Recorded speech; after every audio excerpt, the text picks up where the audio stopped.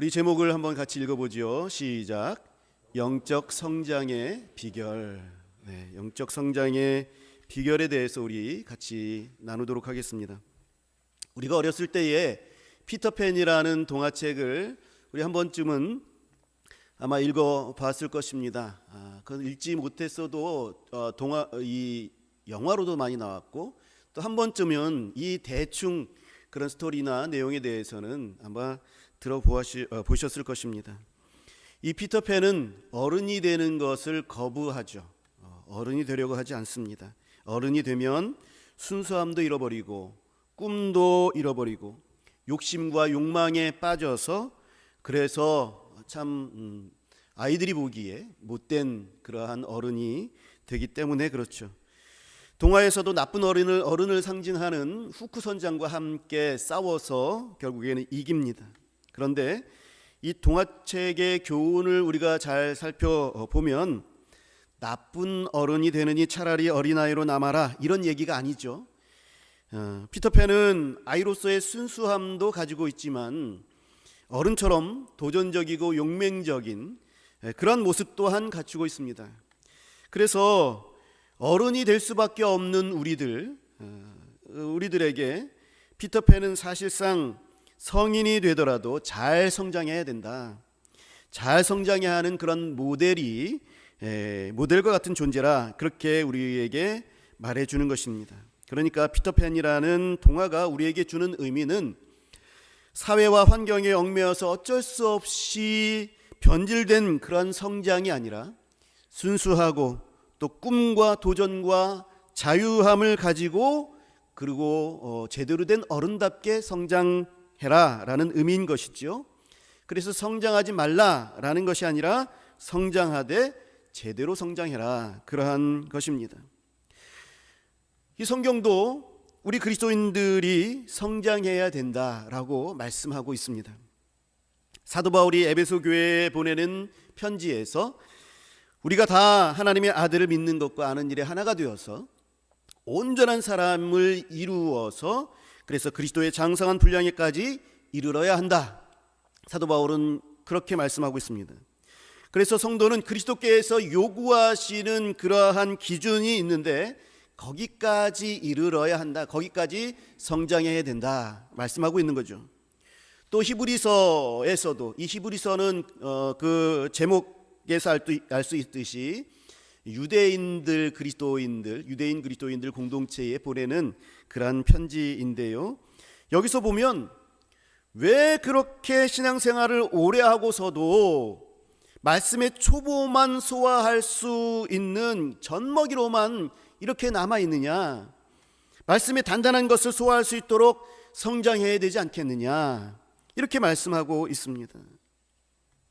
왜 성장하지 않고 있느냐 책망하시는 거죠. 또 고린도전서 13장의 말씀은 우리가 잘 알다시피 사랑장입니다.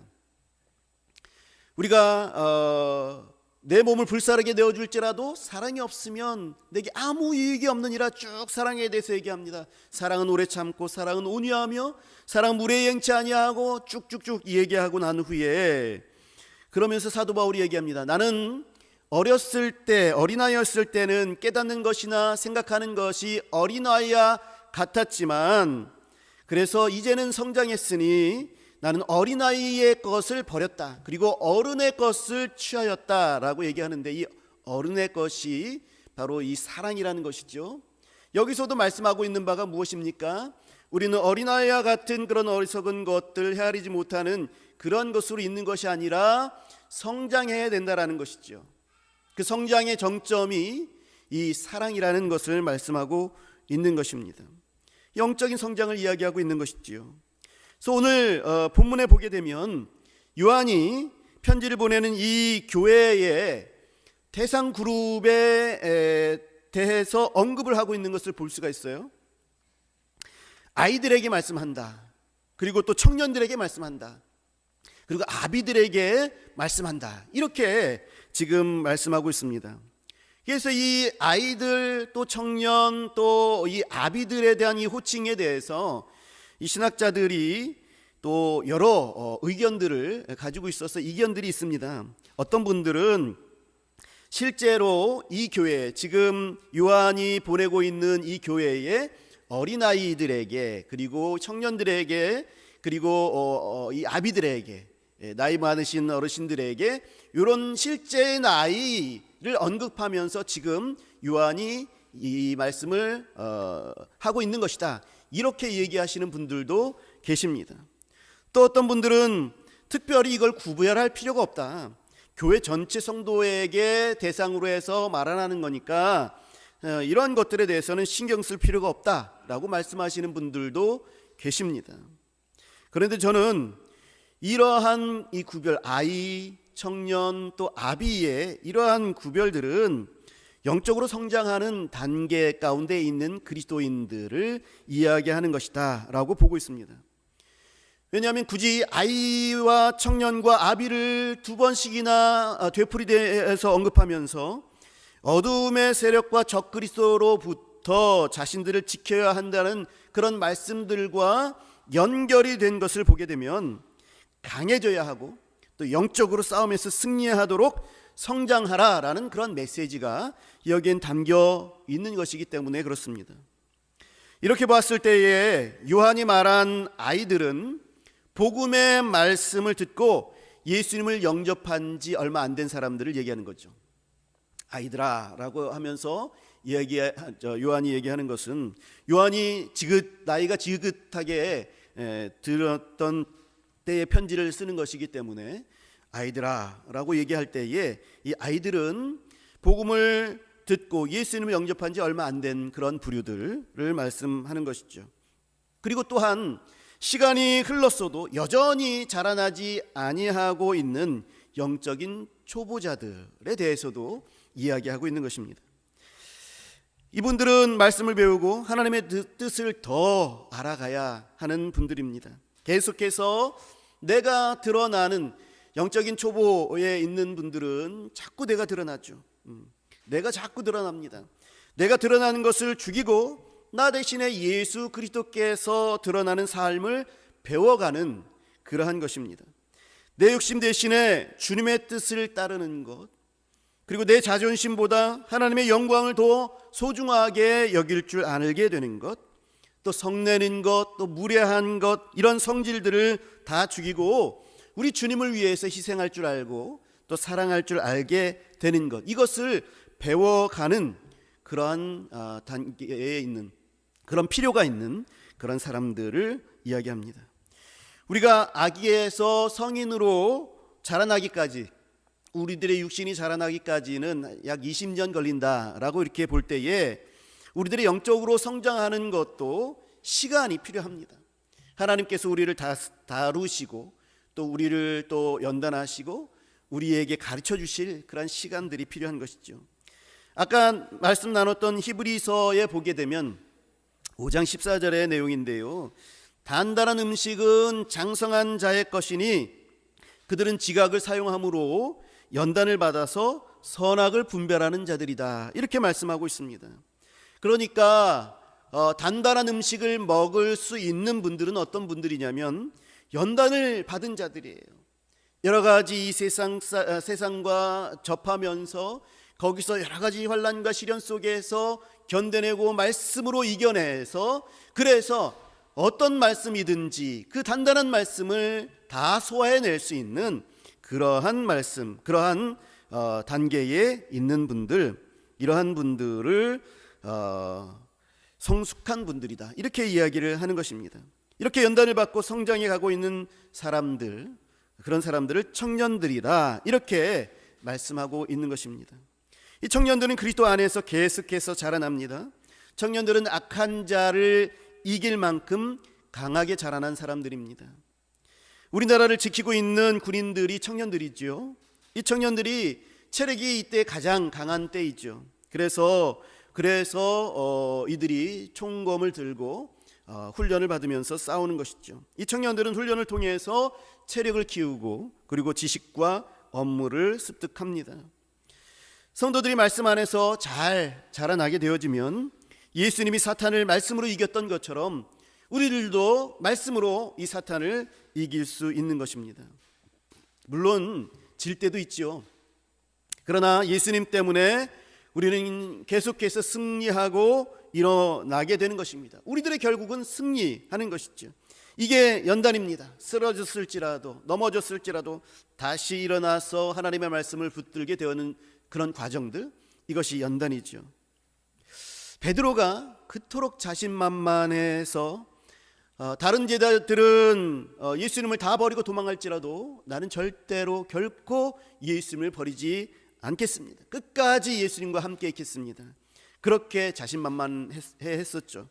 그런데 막상 로마 군병들이 예수님을 잡으러 오니까 다 도망쳤습니다. 다른 제자들 다 도망쳤고 베드로 역시 도망쳤습니다.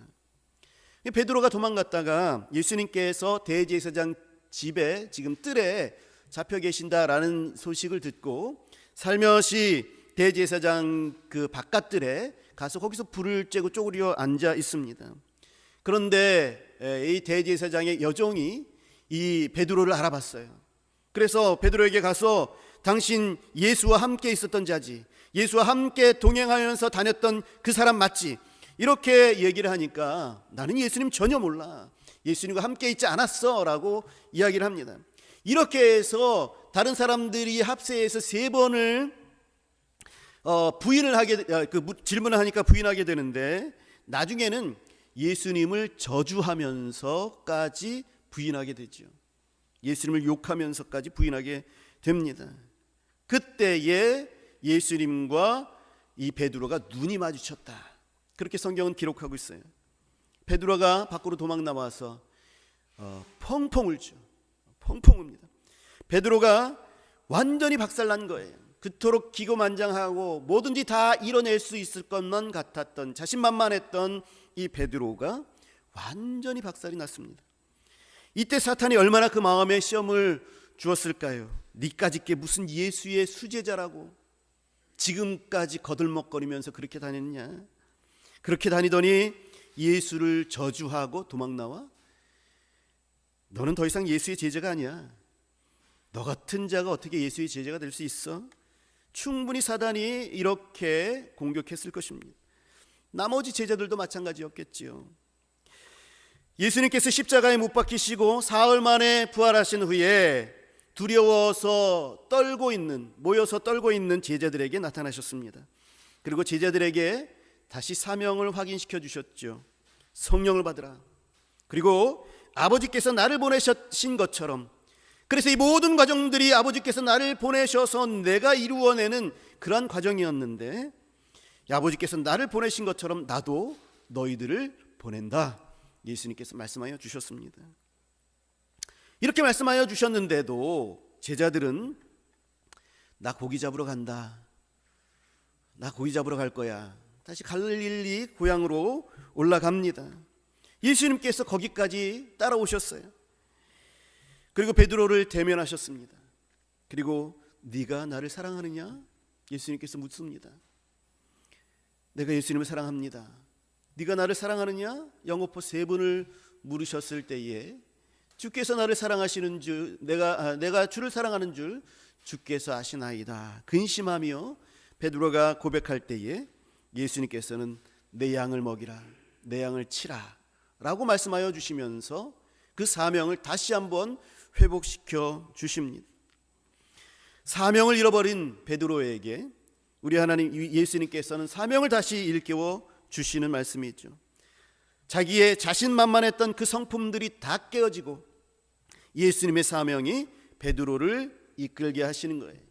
예수님께서 용서하시고 예수님께서 은혜로 다시 품으시는 그 모습들을, 그 따뜻한 모습들을 베드로에게 실제적으로 보여주시면서 너의 그 모든 과거들은 내가 생각하지 아니하고 있다. 내가 너를 사랑하느냐? 네가 나를 사랑하느냐? 사랑한다면 내 양을 먹이라. 여전히 이 소명은 너에게 계속해서 내가 주고 있다. 너와의 나와의 관계가 결코 깨어진 게 아니야 라고 말씀하여 주시는 그런 말씀이 있죠. 이러한 과정, 사단의 미혹으로 말미암아 베드로가 실패했지만 예수님이 다시 베드로를 세우십니다. 이것이 바로 연단의 과정들이죠. 우리들은 이런 연단의 과정들을 계속해서 거쳐가고 있는 것입니다. 이 연단은 우리에게 성장을 가져오게 되는 거죠. 예수님이 베드로에게 양을 먹이라 치라 말씀하셨는데, 이 양을 치라는 것이 바로 아비가 되라라는 것이죠. 양육하라라는 것이죠. 이것이 바로 아비가 되는 것입니다. 아비들은요, 믿음 안에서 영적인 수많은 싸움들을 다 싸우고, 그래서 때로 지기도 했지만 때로는 이기기도 한 그런 모든 경험들을 가지고 나서 결국에는 하나님의 은혜가 나를 성장하게 하는 줄을 알고 있는 자입니다. 태초부터 계신 이를 알았다. 아비들은 태초부터 계신 이를 알았음이요, 그렇게 말씀하고 있는데, 이 말씀은 예수 그리스도의 이 결코 정죄함이 없는 은혜와 사랑을 경험한 자들, 태초부터 지금까지 우리를 사랑하여 주시는 그 사랑만을 바라보시면서 예수님께서 우리를 위하여 이 땅에 내려오셨고, 이 땅에 내려오셔서 끝까지 우리를 사랑하여 주시는 그 사랑, 그 은혜들을 실제적으로 여러 가지 연단들을 통해서 확신하고 경험한 자들입니다. 그래서 이들의 믿음이 성장하여서 이제는 아이들과 청년들을 잘 보듬고 양육하는 그런 이들을 말하는 것이죠. 영적으로 성장한 자들은 고린도전서 13장의 말씀처럼 사랑을 아는 자들이에요.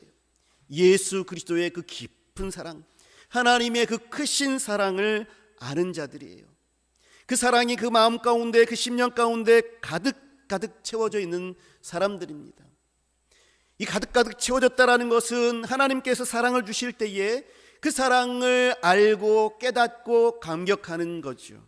주님과의 인격적인 관계 속에 있는 사람들이다라는 것입니다. 그래서 다른 허접한 것들, 자존심, 교만, 무례한 것들, 시기와 질투들, 이런 것들 다 버리고 사랑을 가진 자들이에요. 사랑을 가진 자들이에요. 아비된 자들은 베드로가 예수님과의 관계 속에서 네가 나를 사랑하느냐? 그러면 내 양을 치라 라고 말씀하신 것처럼 어떤 것도 끊을 수 없는 예수님과의 사랑의 관계 속에 내가 있음을 알고, 그래서 내가 예수님을 사랑하면 그러면 양육하고 보듬는 자로 그렇게 성장하게 되는 것을 말하는 거죠. 이게 아비된 자들입니다. 그래서 성장의 비결이 여기에 있습니다. 아직도 많은 그리스도인들이 영적인 성장을 위하여서 애쓰다가 여러 가지 것들을 시도하다가 자기 자신의 연약함만을 바라보고 실패한 경험들이 많이 있습니다. 그래서 풀이 죽어 살아가는 그런 경우들이 많이 있어요. 열심히 뭔가를 하려고 하죠. 하나님이 기뻐하실 만한 것들을 하려고 하고 프로그램에 참여하여서 또 성경 공부를 통해서 열심을 냅니다. 그런데도 불구하고 대부분 많이 실패하는 이유가 있어요. 이 성경 공부나 프로그램이 나쁜 것이 아니죠. 이것은 우리가 성장하는데 많은 도움을 줍니다. 그래서 우리가 꼭 참여해서 배워야 하는 거죠. 아까 얘기했듯이 어린아이에 속한 성도들은 계속해서 배워야 합니다. 말씀을 배워야 하고 말씀대로 사는 법을 배워야 하는 거죠. 그리고 성도들의 더 성장한 성도들의 보살핌을 받아야 합니다. 이런 배움과 보살핌과 이 교제들이 끊임없이 교회 가운데서는 있어야 성장을 하게 되는 거죠. 그렇기 때문에 성경 공부나 여러 가지 성장을 위한 프로그램에 참여하는 것, 이거 굉장히 중요한 것입니다. 그렇지만 우리가 봐야 할 것은 이것이, 참여하는 것이, 성경을 아는 것이 근본 동력이 아니라는 거예요. 더 중요한 근본이 있다라는 거죠. 이 근본 동력을 빠뜨리고 이런 것에만 의존하다 보니까 실패하게 되는 겁니다. 월터 마샬이라고 하는 분이 계세요. 17세기에 영국에서 사역하셨던 목사님이십니다. 이분이 영적으로 참 성장하고 싶은데 계속해서 자기 자신에 대해서 실망하는 거예요. 계속 실패하는 자기 자신의 모습들을 본 것이죠. 성장하지 못하고 제자리 걸음을 걷는다거나 아니면 오히려 어느 틈에 보면 퇴보하고 있는 자기 자신을 바라보는 거죠. 그래서 고통과 슬픔에 시달리던 이 목사님은 당시 청교도 신학자였던 토머스 굿윈이라는 그러한 목사님을 찾아가게 됩니다. 그분이 마샬 목사님의 이야기를 쭉 듣습니다.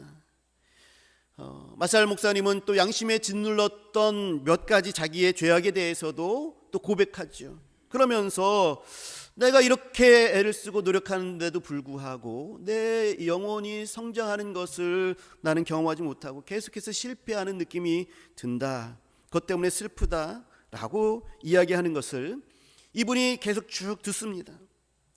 그리고 나서 이 굿윈이라는 이 목사님이 이렇게 대답을 합니다. 당신은요, 당신이 짓고 있는 가장 큰 죄를 빼놓고 이야기하고 있습니다. 그 죄가 무엇이냐면 불신앙의 죄예요. 무엇을 불신앙하고 있냐면 예수님께서 이미 당신을 용서하여 주셨고 지금도 그 용서 가운데에 계시며 지금도 당신의 거룩함을 유지하고 계시는 그 예수님을 믿지 못하고 있는 이러한 불신앙에 당신이 빠져 있는 거예요. 이 얘기를 듣고 이 마샬 목사님은 해답을 얻었어요. 마샬 목사님은 자기의 근본적인 잘못이 무엇인지 깨달았습니다. 자기 의를 고집하면서 뭔가 내가 하나님을 위해서 거룩한 삶을 살게 되어지면 그러면 거룩하게 되는 것이다. 이렇게 생각을 하고 착각을 한 것이죠. 내가 이미 예수 그리스도의 은혜 가운데 있고 예수님께서 예수님이 우리들을 거룩하게 하시는 분이심을, 그래서 예수님 안에 우리가 거하여야 하는 것임을 우리가 알아야 되는데 그것에 신경 쓰지 아니하고 내가 거룩한 것을 행함을 통해서 거룩하게 되어진다. 내가 거룩하게 행할 때에 하나님께서 그때 나를 사랑하여 주신다. 이러한 것에 얽매여 있었던 것이죠. 우리는 의롭게 되어야 사랑을 받는다. 의로운 행위를 해야 하나님의 사랑을 받는다. 이렇게 착각을 합니다. 내가 좀 잘못하면 하나님이 사랑하지 않으시는 것으로 그렇게 여겨지게 되죠. 착각하는 것입니다. 우리는 정작 우리가 하나님과 예수님과의 사랑의 관계 속에 있을 때에 우리가 이 모든 것 속에서 자유함을 누리게 되고 또 이것으로 인하여서 기쁨이 샘솟게 되어진다는 사실에 대해서는 관심이 없어요. 주님 안에 있을 때에 우리 주님께서 나의 죄과를 용서하여 주시고 계속해서 우리로 하여금 그 거룩함을 유지하시도록 우리 하나님께서, 우리 예수님께서 애쓰시고 계시다라는 사실들에 대해서는 이건 관심이 없어요. 우리가 거룩을 꿈꾸면서 거룩해지려고 애를 쓰지만 우리를 거룩하게 하시는 예수님 안에 있는 것에 대해서는 우리가 소홀해한다라는 것입니다.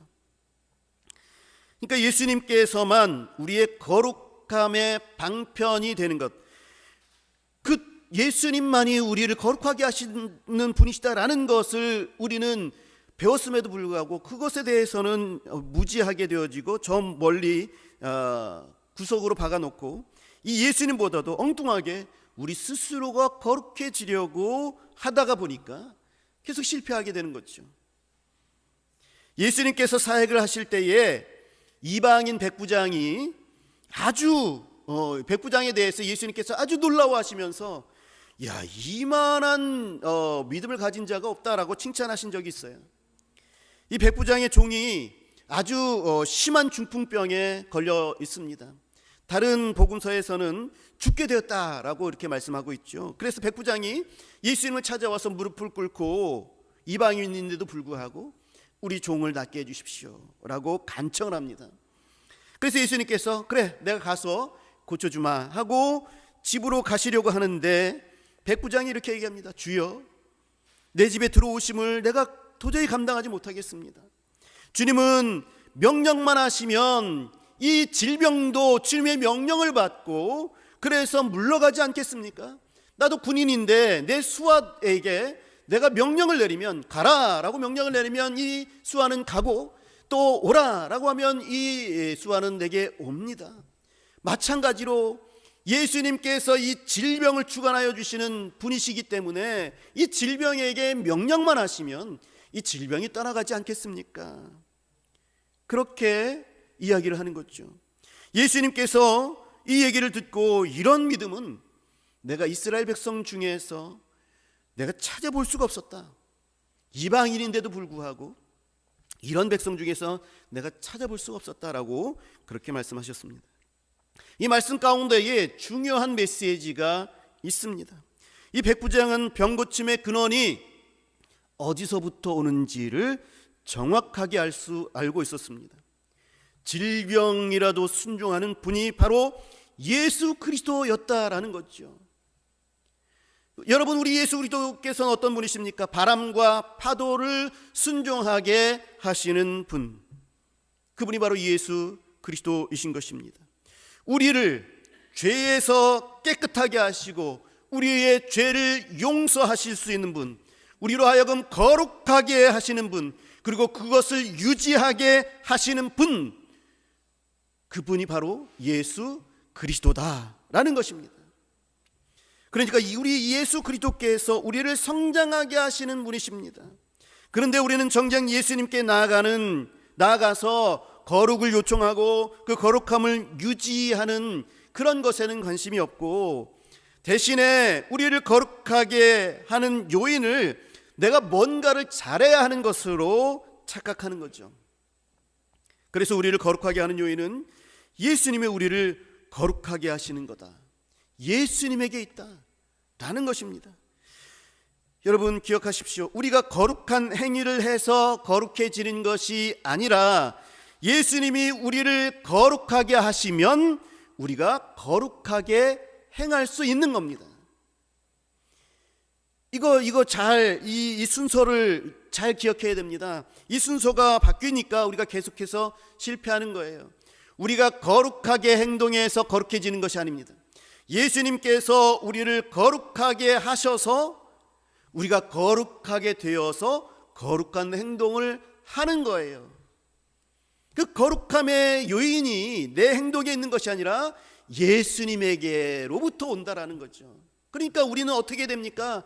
그 행동을 하려고 애쓰고 그것에 우리가 신경을 쓰는 것이 아니라 그것에 의해서 우리가 실패했을 때에 이리저리 실망하고 낙심하고 그럴 것이 아니라 어떻게든 예수님을 붙잡아야 되는 거죠. 어떻게든 예수님 안에 있어야 하는 거죠. 예수님께 나의 죄를 구하고 용서를 구하고 예수님께 죄 씻음을 받은 그 능력과 그 힘으로 그 기쁨과 그 자유함을 가지고, 그래서 예수님께서 말씀하여 주신 것에 순종하며 살아갈 때에 우리는 그 거룩함을 행할 수 있는 거예요. 그 힘이 거기서부터 나오는 거죠. 이 순서가 바뀌니까 우리는 실패하는 겁니다. 자유와 평안과 기쁨을 빼앗긴 채 지친 신앙생활을 해나가는 거죠. 여러분, 성장의 능력이 예수님께 있습니다.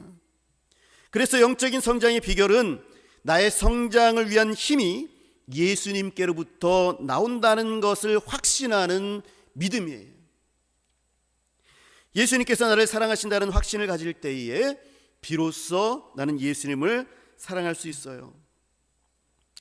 예수님께서 우리를 사랑하십니다. 믿습니까, 여러분?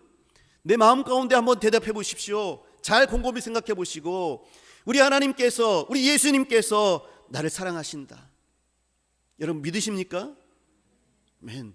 여러분 이것에 확신해야 돼요. 이게 굉장히 중요한 것입니다. 예수님께서 나에게 사랑하시지 않는다, 나를 사랑하시지 않는다라고 내가 느낄 때에는요, 나는 하나님을 사랑하는 것이 불가능해요. 내가 예수님을 사랑하는 것이 불가능해요. 하나님이 나를 먼저 사랑하실 때에 비로소 나도 사랑할 수 있기 때문에 그렇습니다. 성경은 분명히 말씀하고 있어요. 예수님께서 우리에게 분명히 말씀하고 있습니다. 너희가 나를 먼저 사랑한 것이 아니고 내가 너희를 먼저 사랑했다. 우리에게 예수님께서, 하나님께서 사랑하신다는 그 사실에 대해서 내가 확신하게 될 때에, 아, 하나님께서 나를 사랑하시는구나. 나의 죄에도 불구하고 이 죄를 위해서 예수님께서 오셨어. 그래서 십자가에 달려 돌아가신 것이 그것이 증거야 라는 것이 내게 믿겨져서 확신하게 될 때에, 그때에 나도 예수님께 나아갈 수 있는 거예요. 사랑할 수 있는 것입니다. 세상의 것은 시간에 따라서 변하는 그림자처럼 변하지만 나는 결코 변하지 않아. 우리 하나님께서 말씀하시는 거예요. 내가 너를 사랑하되 끝까지 사랑한다. 예수님께서 우리에게 약속하여 주신 말씀입니다. 이것을 사도 바울은 로마서에서 우리와 그리스도로 인한 하나님의 사랑에서 끊을 수 있는 것은 어떤 것도 없다. 아무것도 없다. 이 세상에 있는 어떤 피조물도 그리스도 예수 안에 있는 하나님의 사랑에서 끊을 수 있는 것은 없다 라고 말씀하고 있는 것이죠. 불가능한 거예요. 이 사실에 대해서 우리가 확신을 가지고 있어야 되는 것입니다. 진짜 이것을 믿고 우리가 확신하게 되어지면, 그러면 내가 필요한 것은 예수님의 이 사랑 안에 거하는 것이 먼저다라는 것을 우리가 알게 되는 겁니다. 이전에는 내 연약함에 실망했다면, 자꾸 실패하는 나 자신에 대해서 왜 나는 이렇게 연약한 존재인가 라는 것에 대해서 실망하였다면, 예수님의 사랑 안에 거하면서는 예수님이 연약한 날 더 사랑하시는 것에 대해서 내가 감격하며 감사할 수 있게 되는 것입니다. 아, 이렇게 연약한데 여전히 하나님께서는, 예수님께서는 나를 사랑하시는구나. 이것이 더 감격해지는 거예요. 이것이 더 내 마음 가운데 더 와닿게 되어지는 거예요. 나 왜 아직도 이렇게 이 정도에서 벗어나지 못하고 있어? 이게 아니라 이렇게 벗어나지 못하고 있는 나를 여전히 사랑하시고 계속해서 나를 갱신하고 또 성장하게 하시려는 예수님의 사랑과 끊임없는 우리를 이끌어 주시는 그 인도하심에 감격하는 거죠. 감사하는 거죠. 거기에 우리가 집중해야지, 사랑의 이 관계에 집중해야지, 내가 잘못하고 잘하고 있는 것에 집중해서는 안 되는 것이죠. 예수님께로부터 영적인 성장의 힘이 나오는 것입니다. 나로부터는 그 어떤 것도 나오지 않습니다. 나를 바라보지 마시고, 내 행위를 바라보지 마시고, 내 행동을 바라보지 마시고 예수님을 바라보면 됩니다. 오늘 본문에서 보면 12절에서 말씀하고 있죠. 너희 죄가 그의 이름으로 말미암아 사함을 받았다. 자녀들아, 너희 죄가 그의 이름으로 말미암아 사함을 받았다. 이게 얼마나 중요한지, 우리들의 신앙생활에 있어서 이것이 얼마나 우리들의 베이스에서, 신앙의 베이스에서 얼마나 중요한지, 이거 흔들리면 안 되는 거죠. 우리가 사함을 받았으면 그러면 그것으로 끝난 거예요. 예수님의 사랑이, 하나님의 사랑이 변함이 없으시다는 사실도 우리는 알게 되어지는 거죠. 이 확신에 우리가 머물러야 하는 것입니다. 사랑하는 성도 여러분, 믿음으로 성장하고 싶습니까? 그러면 예수님 앞에 나아가서 나의 죄가 예수님 안에서 깨끗이 씻김을 받았다라는 사실을 확신할 때까지 거기에 머물러 있어야 돼요. 예수님이 날 사랑하시는 것에 집중하십시오. 우리가 필요한 것은요, 예수님과 나만의 둘만의 조용한 시간입니다. 이 시간을 통해서 우리는 거룩함의 동력을 얻게 되어지는 거예요.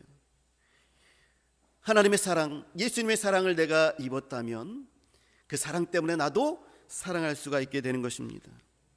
치유와 소망의 기쁨을 얻습니다. 이게 우리의 영적인 성장의 근원임을 여러분들 기억해야 하는 것이죠. 여러분, 이번 주 한 주간 동안 우리 예수님께 나아가는 그런 시간을 반드시 가지시기 바랍니다. 어떤 분이 영적인 성장이 없을 때 나타나는 증상에 대해서 이렇게 얘기하는 것을 들었습니다. 첫 번째, 자주 화를 낸다. 두 번째, 다른 사람에 대해서 험담하는 것을 즐겨한다. 세 번째, 주님과의 시간을 갖지 못한다. 이것이 영적 성장이 없을 때 나타나는 증상이다. 이렇게 얘기를 했습니다. 여러분, 내 자신을 한번 살펴보시고 여기에 우리가 해당된다면은, 여러분, 우리 하나님과의 사랑의 관계, 주님과의 관계, 예수님께 나아가는 시간들을 다시 회복하십시오. 그것을 통해서 주님의 사랑을 확신하십시오. 이 확신이 얼마나 큰 힘을 내는지 모릅니다. 이것이 바로 성장의 동력입니다. 사랑하는 성도 여러분, 점점 주님과의 관계 속에서 점점 우리가 변화되어서 성장해 가는 것을 우리가 보면서, 그래서 승리하는 우리 한 주간을 사시게 되어지는 저와 여러분들이 되시기를 주님의 이름으로 간절히 축복합니다. 기도하겠습니다.